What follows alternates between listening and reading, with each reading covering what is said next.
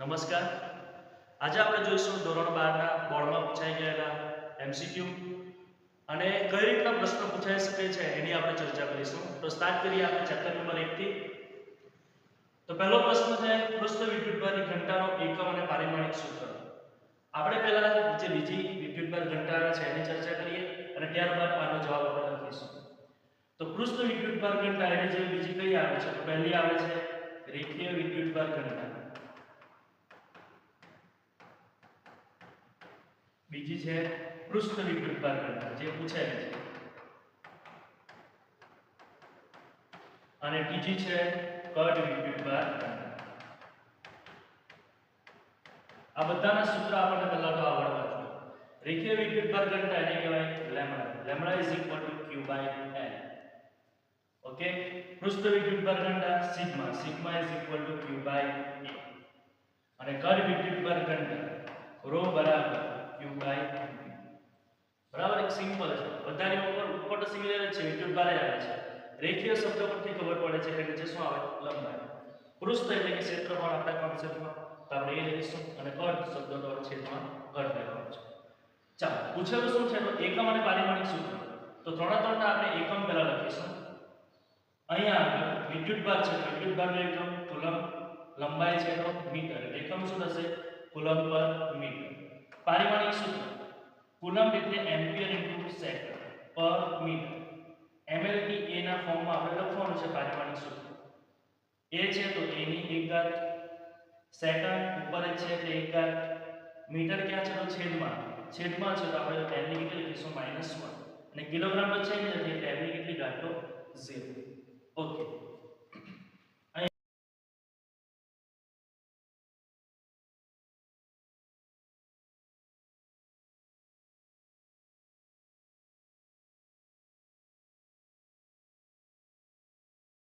હવે પૂછેલું શું છે આપણને પૃષ્ઠ વિદ્યુતભાર ઘનતાનો એકમ અને પારિમાણિક સૂત્ર. તો એકમ કુલમ પર મીટર સ્ક્વેર. તો જોઈએ આની અંદર આ તો નહીં આવશે, અહીંયા છે અહીંયા આવે છે, આ પણ કેન્સલ એટલે બે ઓપ્શન કેન્સલ થઈ ગયા છે. હવે જોવાનું શું છે તો m0 l ની -2 ઘાત l ની +2 ઘાત એટલે છે આ કેન્સલ થઈ ગયું એટલે ઓપ્શન સી રહેશે. બરાબર, આ રીતનું છે. આવી રીતના રેખીય વિદ્યુતભાર ઘનતા પણ પૂછાઈ શકે અને કટ વિદ્યુતભાર ઘનતા પણ પૂછાઈ શકે. Okay, next.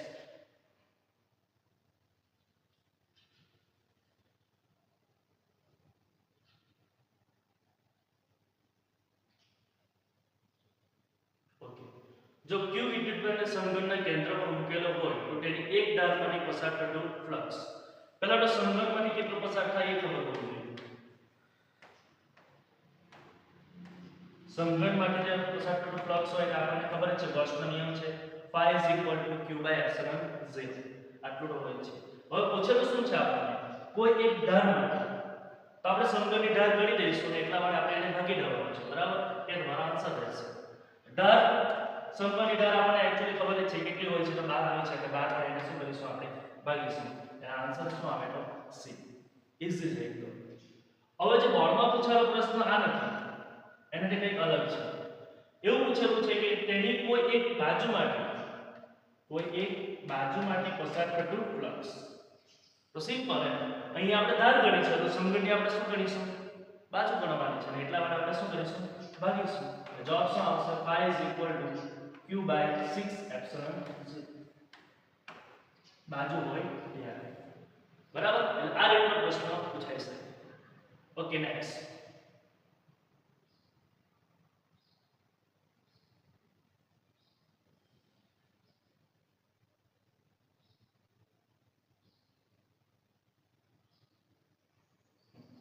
ત્રીજો પ્રશ્ન. બરાબર, આની અંદર રકમ તમારે જોઈ લેવાની. આની અંદર વિદ્યુત ફ્લક્સનું મૂલ્ય આપણને પૂછેલું છે ને એવું કીધેલું છે કે કોઈ એક બાજુ માટે પૂછેલું છે. એટલે અત્યારે જે ઉપરનો પ્રશ્ન જેવો છે ને એ જ છે. આપણે સમય વધારે લેતા નથી, આપણે ફટાફટ કરીશું. phi q/6ε0 કોઈ એક બાજુ સાથે બાજુ તરીકે લેવાનું છે એટલા માટે. હવે q તમને આપેલો છે અંદર q બરાબર 10 માઇક્રો છે ને, માઇક્રો 10 ની -6. q તમને આપેલો છે, ε0 કોન્સ્ટન્ટ છે. બસ આની અંદર કિંમત તમારે મૂકી દેવાની છે.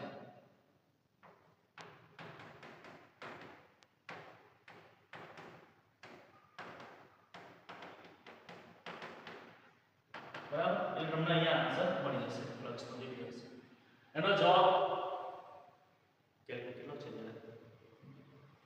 એનો 15 હશે જવાબ. કેલ્ક્યુલેટ કરીશું એટલે જવાબ તો આપણને એના અંદર મળી જશે. આ ત્રણમાંથી એક આવતો છે 1.88 × 10⁵ ન્યૂટન મીટર સ્ક્વેર પર કુલમ. બરાબર, એ આન્સર તમારો આવશે.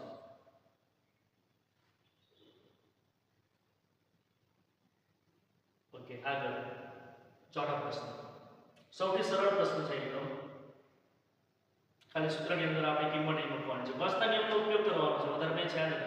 આ તમને ગૂંચવવા માટે આપેલું છે 9 સેન્ટીમીટર જેવું. બરાબર, કેન્દ્ર પર કેટલો વિદ્યુત ભાર તમે એક ક્યુ તમને આપેલો છે 2 માઇક્રો એટલે 2 × 10⁻⁶ કુલમ.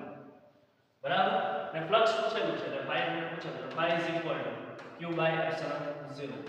બસ આની અંદર તમારે કિંમત મૂકી દેવાની છે 2 × 10⁻⁶ ડિવાઇડેડ બાય 8.85 × 10⁻⁻. બરાબર, તો તમને જવાબ મળી જશે 2.26 × 10⁵ ન્યૂટન મીટર સ્ક્વેર પર કુલમ. બરાબર, સૌથી સરળ છે. ના હોય ઈઝી પ્રશ્ન તો બોર્ડની એક્ઝામમાં હોય જ છે. બરાબર, આગળ ચાલો પાંચમો પ્રશ્ન. એક અનંત લંબાઈનો રેખીય વિદ્યુતભાર 2 સેન્ટીમીટર અંતર તમને આપેલું છે r ન્યૂટન પર કુલમ, વિદ્યુત ક્ષેત્ર 9 × 10⁴ અને રેખીય વિદ્યુતભાર ઘનતા ગણવા તમને કીધેલું છે. હવે પહેલા તો આપણને કોન્સેપ્ટ બસના નિયમનો ઉપયોગો પહેલા તો આવડવા જોઈએ. ત્રણ ઉપયોગો છે. પહેલો છે અનંત લંબાઈ, એના માટે વિદ્યુત ક્ષેત્ર તમને આવડવું જોઈએ. E = λ/2πε0r. બીજું છે સમતલ માટે વિદ્યુત ક્ષેત્ર E = σ/2ε0. અને ત્રીજું છે ગોળીય કવચ E = σ/R²/ε0r². અહીંયા કેપિટલ R શું છે? તો ગોળીય કવચની ત્રિજ્યા છે અને સ્મોલ r ગૌસિયન સપાટીની ત્રિજ્યા છે. બરાબર, એટલે બંને અહીંના r જે છે અલગ અલગ છે. બસ આ ત્રણ કોન્સેપ્ટ આપણને ક્લિયર હોવા જોઈએ. આના પરથી ઘણીવાર અલગ અલગ પ્રશ્નો પૂછાયા છે. બરાબર, અહીંયા આગળ જે આપણને પૂછેલું છે તે લેમ્ડા ગણવા કીધેલું છે એટલે આપણે પહેલો જે કોન્સેપ્ટ છે એનો ઉપયોગ કરીશું. તો આપણે આ સૂત્રનો ઉપયોગ કરીશું. અહીંયાથી લેમ્ડા = E2πε0r. તમારી પાસે E પણ છે 2 3.14 8.85 × 10⁻12. r બી તમને આપેલા છે પણ સેન્ટીમીટરમાં છે અને મીટરમાં ફેરવો 2 × 10⁻2. બરાબર, પછી આની અંદર તમે કિંમત મૂકી દેશો એટલે તમને આન્સર મળી જશે. મે બી આન્સર એનો સી આવશે 0.8 માઇક્રો કુલમ પર મીટર. ઓકે, આ રીતનું છે. આ ત્રણ કોન્સેપ્ટ તમને ક્લિયર હોવા જોઈએ. પ્રશ્ન એ રીતે બી પૂછી શકાય કે અનંત લંબાઈનો જ્યારે કોઈ સળિયો કે તાર આપેલો હોય અને તે વિદ્યુત ક્ષેત્રને અનુલક્ષીને જ્યારે પ્રશ્ન પૂછવામાં આવે ત્યારે એ અંતર સાથે શું સંબંધ ધરાવે છે? તો 1/r નો સંબંધ ધરાવે છે. આ અંતર સાથે આનો કોઈ પણ સંબંધ નથી સમતલનો. જ્યારે આનો 1/r² નો સંબંધ છે. એટલે આટલી વસ્તુ આપણને ખબર હોવી જોઈએ. વિદ્યુત ક્ષેત્ર સાથે અંતરનો સંબંધ શું છે? ક્લિયર? ઓકે, આગળ 6 × 10⁻18 ઇલેક્ટ્રોનને સમતુલ્ય વિદ્યુતભાર એટલે q શોધવા કીધું છે ને સંખ્યા તમને આપેલી છે. ઓકે, બરાબર, n આપેલું છે q શોધવા કીધું છે. સિમ્પલ એક સૂત્ર છે ક્વોન્ટમીકરણનું. નાના પરથી એક પ્રશ્ન પૂછાય છે q = ± ne. જ્યાં q એ વિદ્યુતભારનો જથ્થો છે, વિદ્યુતભારનો જથ્થો દર્શાવે. બરાબર, અને પ્રોટોન ઇલેક્ટ્રોન માટેની સંજ્ઞાઓ છે. આ એની સંખ્યા દર્શાવે. બરાબર, અને e જે છે તે મૂળભૂત વિદ્યુતભાર તરીકે ઇલેક્ટ્રોનનો વિદ્યુતભાર લેવાનો છે. એક્ચ્યુઅલી છે શું? તો મૂળભૂત વિદ્યુતભાર છે પણ એ તરીકે આપણે કોનો લેવાનો છે? તો ઇલેક્ટ્રોનનો વિદ્યુતભાર આપણે લેવાનો છે. ઓકે, તો બસ આની અંદર આ સૂત્રનો ઉપયોગ કરવાનો છે એટલે આપણને આન્સર મળી જશે. q તમારે શોધવાનો છે. અહીં ઇલેક્ટ્રોન શબ્દ વાપરેલો છે એટલે પહેલા તો માઈનસ આવે છે. ઓકે, n કેટલા છે? 6 × 10⁻18. એ મૂળભૂત વિદ્યુતભાર તરીકે ઇલેક્ટ્રોનનો વિદ્યુતભાર એટલે 1.6 × 10⁻19. કેલ્ક્યુલેશન કરશો એટલે એનો જવાબ આવશે -1 કુલમ. ઓકે, આ રીતનું છે. આના પરથી એક પ્રશ્ન પૂછાય છે. ઓકે, આગળ વધીએ.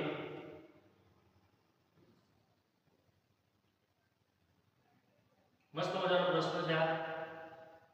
પ્રોટોન અને ઇલેક્ટ્રોન વચ્ચે ચોક્કસ અંતરે વિદ્યુત બળ અને ગુરુત્વ બળનો ગુણોત્તર ખાલી જગ્યા છે. પહેલા આપણને વિદ્યુત બળ અને ગુરુત્વ બળ વિશે ખ્યાલ હોવો જોઈએ. બરાબર? એમ તો આનો જવાબ તમારે એક્ચ્યુઅલી યાદ રાખી લેવાનો હોય, કેમ કે આમાં કોઈ પણ ફેરફાર થવાનો છે નથી. જે જવાબ આવવાનો છે એ જ આવવાનો છે. એટલે એની ગણતરી ઘણી લાંબી છે, એના કરતાં બેટર તમે શોર્ટમાં યાદ રાખો તો સારું. પણ આપણે કેલ્ક્યુલેશન કરીએ અહીંયા આગળ. વિદ્યુત બળ F is equal to K Q1 Q2 upon R square. ગુરુત્વ બળ અહીંયા આપણે F લઈએ છીએ. ગુરુત્વ બળ માટે F G MP ના છેદમાં R સ્ક્વેર. આ વિદ્યુત બળ છે ને આ ગુરુત્વ બળ છે. આ 11મા ધોરણમાં આવે છે, આ 12મા ધોરણના પહેલા ચેપ્ટરમાં આવે છે. બરાબર? બેનો આપણે શું કરવાનું છે? આપણે ગુણોત્તર. તો પહેલા વિદ્યુત બળ કીધું છે, તો F ના છેદમાં આપણે શું લઈશું? Fg. હવે આના છેદમાં આ મૂકવાનું છે એટલે R સ્ક્વેર શું થશે? કેન્સલ. એટલે રહેશે શું? K Q1 Q2 ના છેદમાં G MP અને MP. સોરી, અહીંયા આગળ પ્રોટોન ને ઇલેક્ટ્રોન કીધું છે ને, એટલે અહીંયા આગળ આપણે પ્રોટોન અને ઇલેક્ટ્રોન નો વિદ્યુત બળ આ રીતે લઈશું. અહીં તમે લીધું છે ગાળા, બરાબર? આ રીતે. ઓકે, ચાલો બધાની કિંમત મૂકવાની છે. k ની કિંમત કેટલી છે? તો 9 ગુણ્યા 10 ની 9 ઘાત. પ્રોટોન નો વિદ્યુત બળ કેટલો? 1.6 ગુણ્યા 10 ની -19. ઇલેક્ટ્રોન નો પણ 1 છે, સેમ ટુ સેમ. ઓકે, છેદમાં g ની કિંમત 6.67 ગુણ્યા 10 ની -11. આ બધા અજાણ્યા છે. માસ ઓફ ઇલેક્ટ્રોન, ઇલેક્ટ્રોન દળ કેટલું છે? 9.1 ગુણ્યા 10 ની -31 ગુણ્યા પ્રોટોન નું દળ કેટલું છે? 1.67 ગુણ્યા 10 ની -27. બસ હવે આની કેલ્ક્યુલેશન કરવાની છે એટલે તમને આન્સર એનો મળશે 2.4 ગુણ્યા 10 ની 39. આ તમારો જવાબ એક્ચ્યુઅલી યાદ રાખવાનો કે એની ગણતરી ઘણી લાંબી છે. બરાબર છે? તો એ છે, જો ભૂલવાઈ જવાનું પછી તમારે કેલ્ક્યુલેશન કરવાની છે.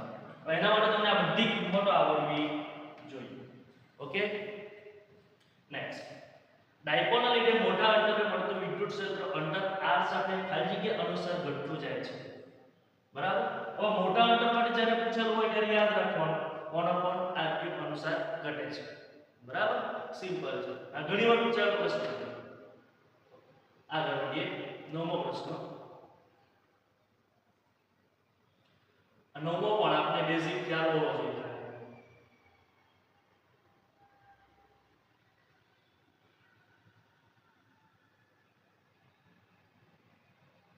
હવા માટે ડાઇલેક્ટ્રિક સ્ટ્રેન્થનું મૂલ્ય ખાલી જગ્યા વોટ પર મીટર છે. આપણને પ્રકાશની ઝડપ શું ખબર છે? સોરી, પ્રકાશની ઝડપ ખબર છે આપણને 3.10 મીટર પર સેકન્ડ. આ ખબર જ છે. એના કરતા 2 ઘાત ઓછી, આવું યાદ રાખવાનું. એટલે 3.10 એક સિમ્પલ છે. બરાબર? આ રીતે વસ્તુ એ બી ઘણી વાર પૂછાય છે. ચાલો આગળ વધીએ.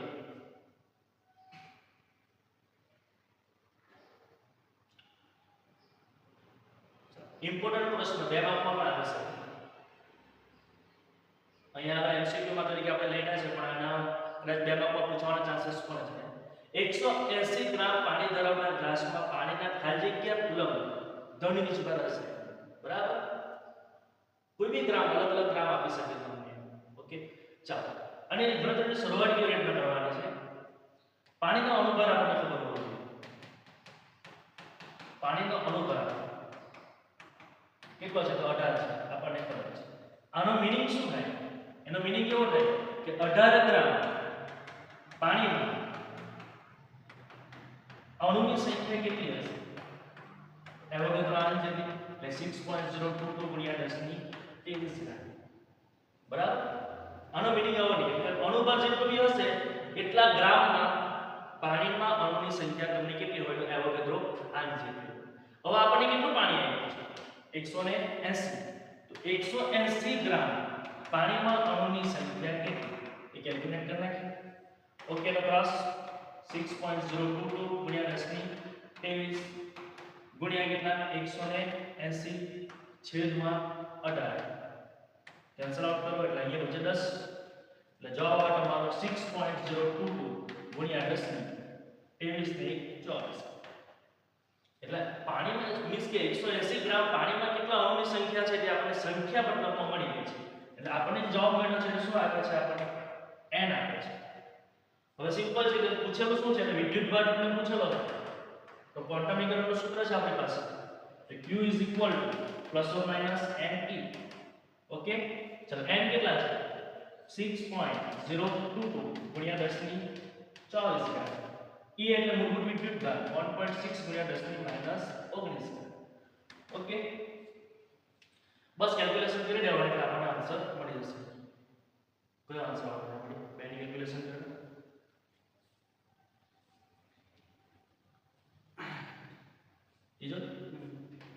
એટલે બેની કેલ્ક્યુલેશન કરશો ગુણાકાર કરશો એટલે 0.963 ગુણ્યા 10 ની 7. એકવાર રિપીટ કરીએ પાછા. અહીંયા ગ્રામ કોઈ પણ હોઈ શકે ચેન્જ થઈ શકે. આવો જ્યારે પ્રશ્ન આપેલો હોય તો પહેલા તો આપણને જે બી વસ્તુ આપેલી છે જે પદાર્થ આપેલો છે એનો અણુભાર આપણને ખબર હોવો જોઈએ. તો પાણીનો અણુભાર મોસ્ટ ઓફલી પાણીનો કોન્સેપ્ટ આપણા ચેપ્ટરમાં મૂકેલો છે એટલે પાણી વિશે હશે. પાણીનો અણુભાર કેટલો છે 18. એનો મીનિંગ એવો નહીં કે 18 ગ્રામ પાણીમાં અણુની સંખ્યા આપેલી છે એવું તો આ નથી. તો જેટલું બી આપણને પાણી આપેલું હોય એટલા ગ્રામમાં કેટલી છે એ પહેલા ફાઇન્ડ કરી દેવાનું. એટલે તમને n મળી જાય પછી તો ક્વોન્ટમ મિકેનિક્સનું સૂત્ર છે આપણી પાસે. બસ એની અંદર આપણે કિંમત મૂકી દેવાની છે એટલે આન્સર આપણને મળી જશે. ઓકે આગળ વધીએ.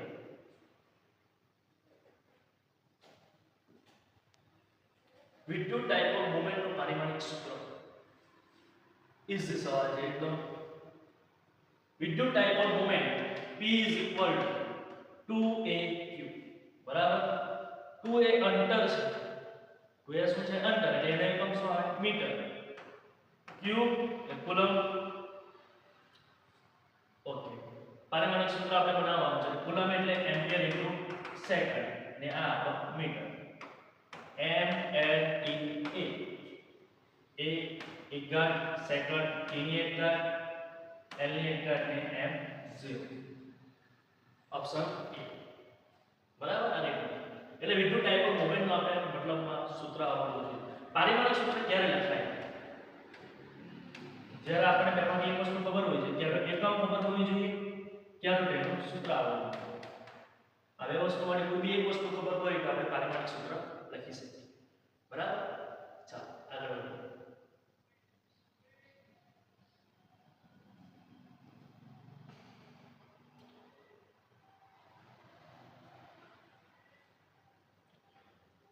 બારમો પ્રશ્ન એકબીજાથી 1 mm અંતરે અહીંયા અંતર આપેલું છે. આગળ જે જોઈ ગયા છે એ પ્રશ્ન છે. ઇલેક્ટ્રોન અને પ્રોટોન વચ્ચેનું વિદ્યુત બળ Fe એ આપણને પૂછેલું છે ન્યૂટનમાં બરાબર. k ની કિંમત આપણે કીધી છે કે 1/4πε0 આપણે લેવાનું છે. ચાલો વિદ્યુત બળનું સૂત્ર આપણે લખીએ Fe = k ઇલેક્ટ્રોન અને પ્રોટોન ઇલેક્ટ્રોનનો વિદ્યુત બળ પ્રોટોનનો વિદ્યુત બળ છેદમાં અંતર કેટલું આપેલું છે 1 mm. mm ને મીટરમાં લખવું પડે એટલે -3 એનો શું કરીશું વર્ગ. ઓકે ચાલો હવે જો ઇલેક્ટ્રોન અહીં e ના સ્વરૂપમાં આપણે આન્સર બધા આપેલા છે. e ના સ્વરૂપમાં આપણે આન્સર આપેલા છે અહીંયા. એટલે e ના સ્વરૂપમાં આપણે એને લખી દઈએ. k ની જગ્યાએ આપણે શું લેવા કીધું છે કે 1/4πε0 ને અહીંયા જવાબમાં તમને k આપેલો છે ચાલશે કે એને એમ રાખીશું. અને આપણે e ના કોન્સેપ્ટમાં ઇલેક્ટ્રોન છે એટલે -e પ્રોટોન છે એટલે +e છેદમાં 10 ની -3 નો વર્ગ એટલે 10 ની -6 બરાબર. ઓકે 10 ની -6 ઉપર જાય એટલે પ્લસ થાય. ઓકે પછી માઈનસ પ્લસ પ્લસ માઈનસ છે એટલે પહેલા માઈનસ આ બે વાર છે એટલે k નો વર્ગ ને k m ના m બરાબર. એટલે આન્સર શું આવે તમારો -10 k e સ્ક્વેર 10 ની 6 ઘાત k e સ્ક્વેર. એટલે તમારો જવાબ આવશે ઓપ્શન બી. ઓકે અહીંયા k q1 q2 q1 તરીકે આપણી પાસે ઇલેક્ટ્રોન q2 તરીકે આપણે પ્રોટોન ને લેવાનું છે અને અંતર તમને કેટલું 1 mm ને તમારે મીટરમાં ફેરવવાનું એટલે 10 ની -3 ઘાત એનો વર્ગ થશે. પછી e ના કોન્સેપ્ટમાં તમને આન્સર આપેલા છે એટલે e ના કોન્સેપ્ટમાં આપણે ફેરવી નાખ્યા બરાબર. ઇલેક્ટ્રોન તમારા -e પ્રોટોન ને +e છેદમાં 10 ની -6 ઉપર જશે એટલે +6 plus minus e square km ના m એટલે તમને જવાબ મળી જશે ઓપ્શન બી. ઓકે આગળનો પ્રશ્ન નંબર 13 આ બી ઘણી વાર પૂછાતો છે ને અલગ અલગ રીતે પૂછાય છે કેવી રીતે પૂછાય છે એને ડિસ્કસ કરીએ આપણે પહેલા આને સોલ્વ કરી નાખીએ n1 પ્રોટોન અને n2 ઇલેક્ટ્રોન ધરાવતો હોય તો પદાર્થ પરનો વિદ્યુત બળનો કુલ જથ્થો વિદ્યુત બળનો કુલ જથ્થો પૂછ્યો છે એટલે q પૂછ્યું છે આપણે ને વિદ્યુત બળનો જથ્થાનું સૂત્ર ક્વોન્ટમીકરણમાં જ આવે q ± n એટલે એ સૂત્રનો આપણે ઉપયોગ કરવાનો છે પણ આપણે n1 પ્રોટોન કીધું છે અને n2 ઇલેક્ટ્રોન કીધું છે બરાબર એને ધ્યાનમાં રાખજો તો બંનેનું આપણે શોધીશું પહેલા આપણે n1 પ્રોટોનની વાત કરીએ q1 પ્રોટોન એટલે બરાબર પ્લસ પછી n1 કીધું છે તો આપણે n1 લઈશું ઓકે અને e તો m ના m છે ખાલી ફરક અહીંયા ખાલી આપણને આપ્યું છે કે n1 લેવાનું છે n1 પ્રોટોન છે સંખ્યા તમને n1 તરીકે આપી છે q1 બરાબર q2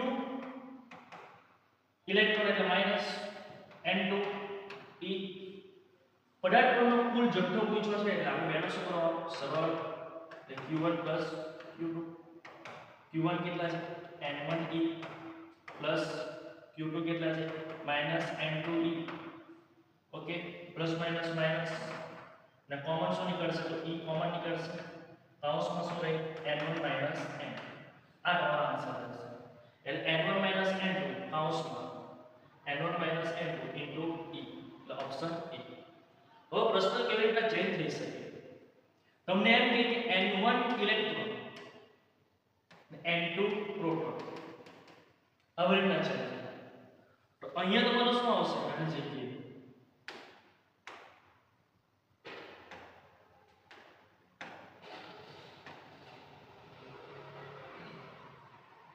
અહીં ઇલેક્ટ્રોન અહીંયા આગળ પ્રોટોન ઓકે તો અહીંયા તમારો શું આવશે માઈનસ આવશે માઈનસ n1 e થશે અહીંયા શું થશે પ્લસ n2 e ઓકે એટલે ચેન્જ ક્યાં આવશે તમારો અહીંયા માઈનસ n1 આવશે અને અહીંયા શું આવશે પ્લસ આવશે હવે તમારો આન્સરમાં ફરક એટલો આવશે કે અહીંયા આગળ n2 n1 આવશે ઇન્ટુ e આ આન્સર આવશે જ્યારે આ ચેન્જ કરવામાં આવે ત્યારે બરાબર આ રીતે છે એટલે અલગ અલગ રીતે આ પ્રશ્ન પૂછાઈ શકે એટલે ક્વોન્ટમીકરણનો એક MCQ ફિક્સ ઓકે આગળ વધીએ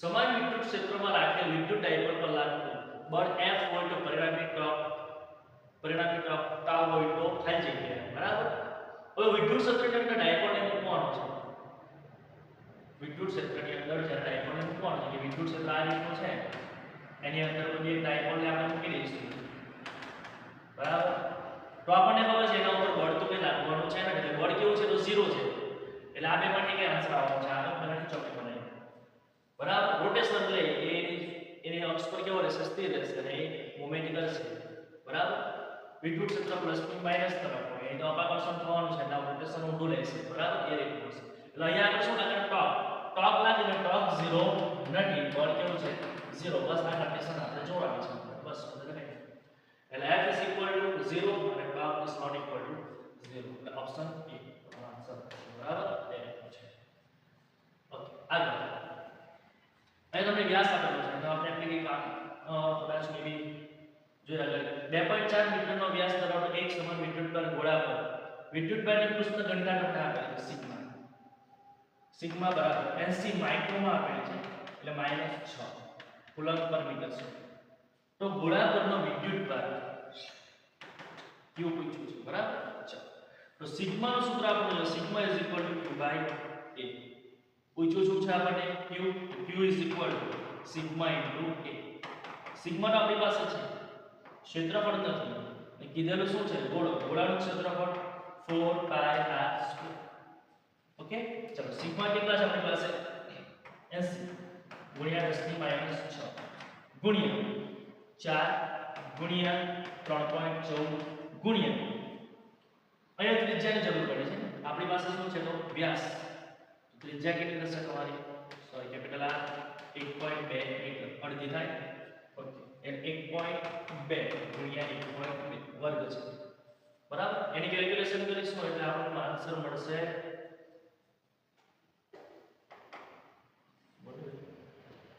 15મો પ્રશ્ન જવાબ શું આવે 1.45 એટલે આન્સર રહેશે.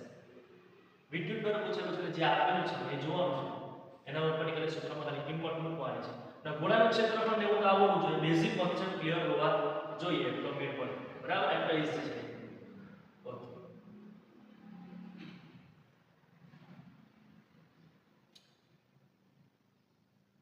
વિદ્યુત ક્ષેત્ર રેખાઓની લાક્ષણિકતા એક ટોપિક આવે છે. બરાબર, બે માર્કનો પ્રશ્ન છે, ઘણી વાર પૂછાયેલો પ્રશ્ન છે, પણ અહીંયા આગળ એમસીક્યુ સ્વરૂપે મૂકેલો છે. વિદ્યુત ક્ષેત્ર રેખાઓ એક એવો વક્ર છે કે જેના દરેક બિંદુએ દરેક સ્પર્શક આ બિંદુ પાસે વિદ્યુત ક્ષેત્રની માત્ર શું આપે દિશા આપે છે.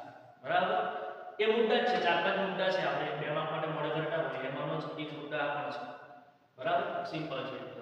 પછી ગુણોત્તર ke² ના છેદમાં g me mp નું પરિમાણ ખાલી જગ્યા છે. પહેલા નાનું આખું આપણે બનાવવું પડશે. એમ તો આનો ગુણોત્તર પરિમાણ રહીને છે એટલે જવાબ તેનો કયો આવશે 0 0 જ આવશે. પણ કેવી રીતે આવે છે જોઈ લઈએ આપણે કે કેનો એકમ શું આવે ન્યૂટન મીટર સ્ક્વેર પર કુલમ્બ સ્ક્વેર. E એટલે વિદ્યુત બળ એટલે કુલમ્બ સ્ક્વેર છેદમાં g નો એકમ ન્યૂટન મીટર સ્ક્વેર પર કિલોગ્રામ સ્ક્વેર એટલે છેદનો અંશમાં જાય. ઓકે, નીચે બે દળ છે, બે દળ એટલે mv કિલોગ્રામ સ્ક્વેર. જો થોડું કેન્સલ આઉટ થઈ જશે, ન્યૂટન મીટર સ્ક્વેર બધું કેન્સલ આઉટ થઈ ગયું છે એટલે પરિમાણ રહિત કહેવાય. પરિમાણ રહિત એટલે કોઈ પણ એકમ નથી એનો એટલે m0 l0 t0 અને l0 એકદમ સિમ્પલ છે. બરાબર, ઓકે, આપણે યાદ રાખીને નો ડાયરેક્ટ લાંબી કેલ્ક્યુલેશન કરવાની જરૂર નથી. પાછા ગૌસના નિયમનો ઉપયોગ કરવામાં આવ્યો છે. અહીંયા આગળ શૂન્યાવકાશમાં રાખેલા ખાલી જગ્યા જેટલા વિદ્યુત ભારમાંથી બહાર નીકળતી વિદ્યુત ક્ષેત્ર રેખાઓની સંખ્યા. હવે કોઈ બી એક વસ્તુ મૂકેલી હોય એમાંથી વિદ્યુત ક્ષેત્ર રેખાઓ નીકળતી હોય એ ફ્લક્સ દર્શાવે. એટલે ઇન શોર્ટ તમને અહીંયા શું આપેલું છે ફ્લક્સ આપેલું phi મને આપેલું છે. બરાબર, એપ્સિલોન 0 ની કિંમત મેં અહીંયા આગળ આપી દીધી છે, બહુ સારું છે આપણે. બરાબર, ને અહીં પૂછ્યું શું છે આપણને q પૂછ્યું છે ખાલી જગ્યા જેટલા વિદ્યુત ભાર.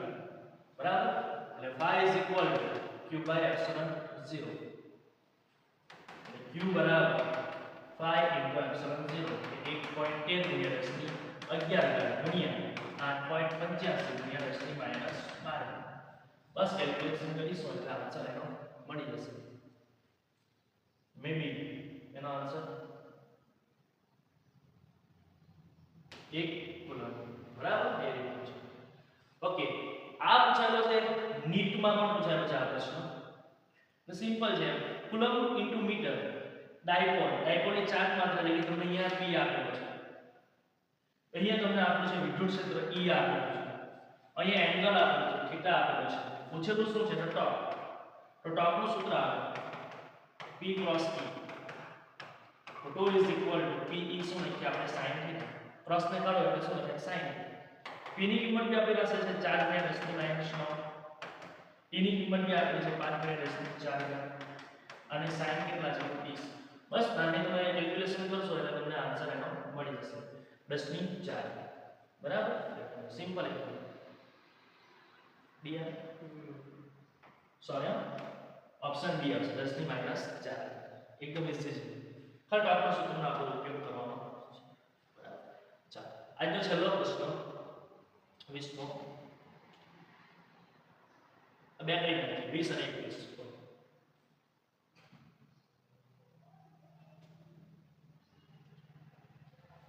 સમાન રીતે વિદ્યુત ભાર એક અનંત સમતલથી r અંતરે સમતલ વડે મળતો વિદ્યુત ક્ષેત્ર. મેં પહેલા 3 કોન્સેપ્ટ કરાવેલા. અનંત લંબાઈની અંદર શું હતું E = λ/2πε0r. અને પછી હતું સમતલ. એ પૂછેલું છે સમતલનું જ છે આપણે. બરાબર, સમતલમાં E = σ/2ε0. હવે r સાથેનો સંબંધ પૂછેલો છે ને, તો આમાં કોઈ r છે જ નહીં એટલે r પર આધાર રાખતું નથી. ઓપ્શન બી આ રીતનું છે. બરાબર, જે આગળ ડિસ્કસ કરી છે ને આપણે પહેલો બીજો પ્રશ્ન હતો મે બી તો તે છે. બરાબર, આગળ નીચેના પૈકી કયો ગુણધર્મ વિદ્યુત ક્ષેત્ર રેખા માટે સાચો નથી? એટલે વિદ્યુત ક્ષેત્ર રેખાઓની લાક્ષણિકતા આપણને આવડતી હોય તો આ પણ થઈ જાય. આ બીજો પ્રશ્ન આવ્યો છે. બરાબર, આની અંદર વિદ્યુત ક્ષેત્ર રેખાઓ બંધ ગાળો રચે છે, એ કોઈ દિવસ બંધ ગાળો રચતી